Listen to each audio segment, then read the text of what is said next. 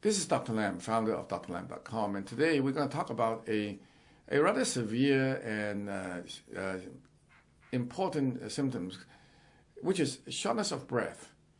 Now, people with adrenal fatigue can sometimes present with shortness of breath despite a normal workup.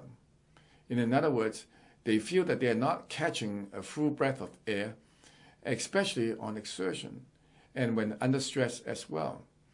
After extensive workup for the lungs and the heart, they are given a clean bill of health. What is really going on?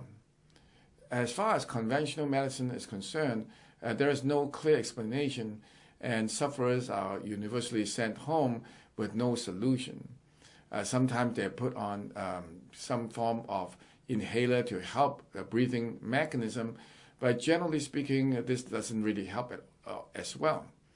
Now, we don't have exact physiological basis to know why, but what we do see is that this shortness of breath usually happens in two situations in the setting of adrenal fatigue. One is when the person is extremely nervous with anxiety, and this can have some shortness of breath associated. But this usually is more associated with like panic attack type symptoms, where the person is breathing rapidly and the intake is shallow, resulting in the buildup of carbon dioxide, and therefore the shortness of breath is a vicious cycle that propagates itself.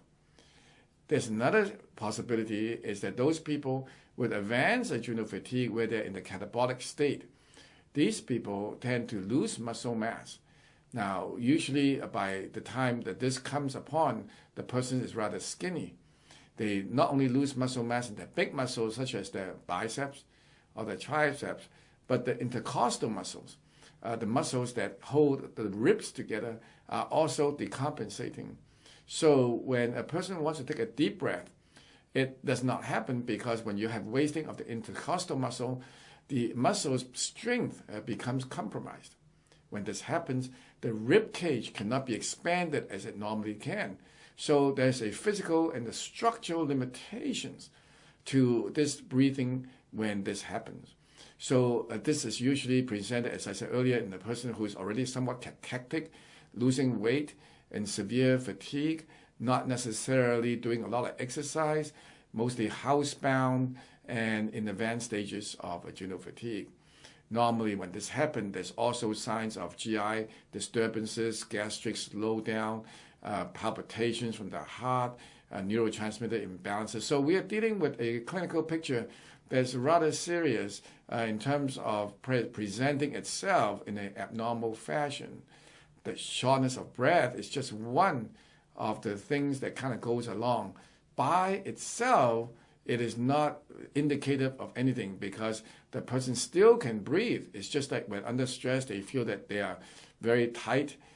If they try to take a deep breath, there's some limitations. But by and large, a normal breathing mechanism in terms of oxygen saturations are still intact. But the complaint is there. So if a person has this complaint of shortness of breath, and you look at the person and it's an adrenal fatigue setting, you have to really think about whether there's an issue of catabolism undergoing, as well, whether there's an issue of other triggering factors. And together, put the whole clinical picture together. And when you put the clinical picture together, you'll be able to see that it is really a bigger problem going on underneath. Now, the good news is that usually as the adrenals recover and the muscle rebuilding and the catabolic process is reversed, then this will improve. But nevertheless, it is an important symptom to recognize, because unresolved catabolism can lead to shortness of breath, which can then lead to many other structural problems. Because if the lung cannot expand, it is more prone to getting infections, etc. So you don't want to leave this unturned and uninvestigated. I hope you've enjoyed this video. For more information on this topic, head over to drlam.com, where I have written over 1,000 articles to help educate people. You can also call me at 626-571-1000. 1234 for more information on adrenal fatigue and how to navigate it.